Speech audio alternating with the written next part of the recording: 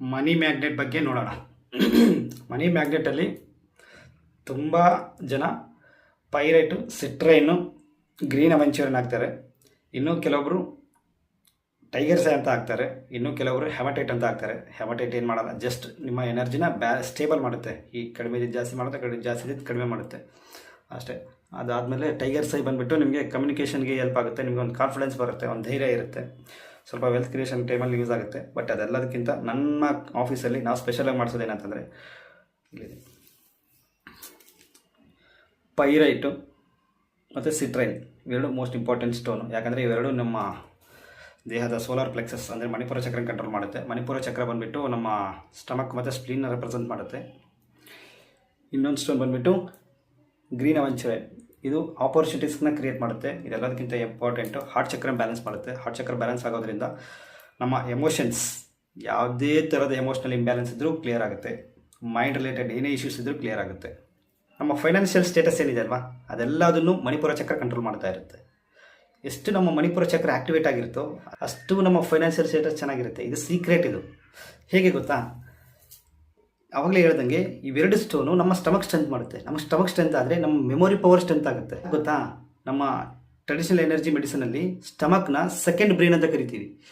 ಯಾವಾಗ ನಿಮ್ಮ ಸ್ಟಮಕ್ ಚೆನ್ನಾಗಿರುತ್ತೋ ನಮ್ಮ ಬ್ರೈನ್ ಚೆನ್ನಾಗಿರುತ್ತೆ, ಅಂದರೆ ನಮ್ಮ ಮೈಂಡ್ ಚೆನ್ನಾಗಿರುತ್ತೆ. ಅಂದರೆ ಅಷ್ಟು ಆ್ಯಕ್ಟಿವಾಗಿ ವರ್ಕ್ ಮಾಡುತ್ತೆ, ತುಂಬ ಕಾಮಾಗಿರುತ್ತೆ. ಇನ್ನೊಬ್ಬರು ಪ್ರೀತಿ ತೋರಿಸ್ತೀವಿ, ದಯೆ ತೋರಿಸ್ತೀವಿ, ಕರುಣೆ ತೋರಿಸ್ತೀವಿ.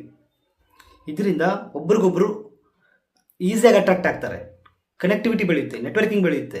ಸೊ ಇದರಿಂದ ನಮ್ಮ ಒಂದು ಬಾಂಡಿಂಗ್ ಕ್ರಿಯೇಟ್ ಆಗುತ್ತೆ. ಇದರಿಂದ ಆಪರ್ಚುನಿಟೀಸ್ ಬರುತ್ತೆ. ಆಪರ್ಚುನಿಟಿ ಬಂದಿದ್ದಾದಮೇಲೆ ಏನಾಗುತ್ತೆ, ನಮಗೆ ಸಕ್ಸಸ್ ಅನ್ನೋದು ಬರುತ್ತೆ. ಸಕ್ಸಸ್ ಅನ್ನೋದು ಬಂದಿದ್ದಾದಮೇಲೆ ಹೆಲ್ತ್ ಅನ್ನೋದು ಕ್ರಿಯೇಟ್ ಆಗೇ ಆಗುತ್ತೆ.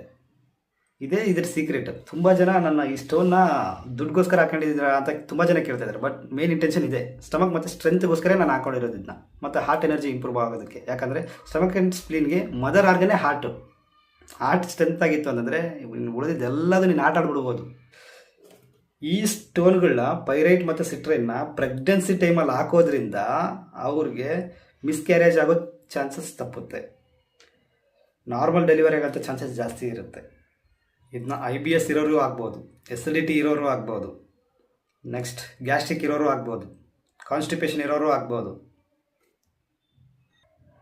ಹೊಟ್ಟೆ ಕಿಚ್ಚು ಒಬ್ರನ್ನ ಕಂಡ್ರೆ ಒಬ್ರಿಗೆ ಆಗಲ್ಲ, ಅಸೂಯೆ ಅವರು ಆಗ್ಬೋದು, ಓವರ್ ಥಿಂಕ್ ಮಾಡ್ತಾ ಇದ್ದಾರೆ ಅಂದರೆ stomach and spleen weak, solar plexus weak ಇದೆ, ಅವರು ಆಗ್ಬೋದು.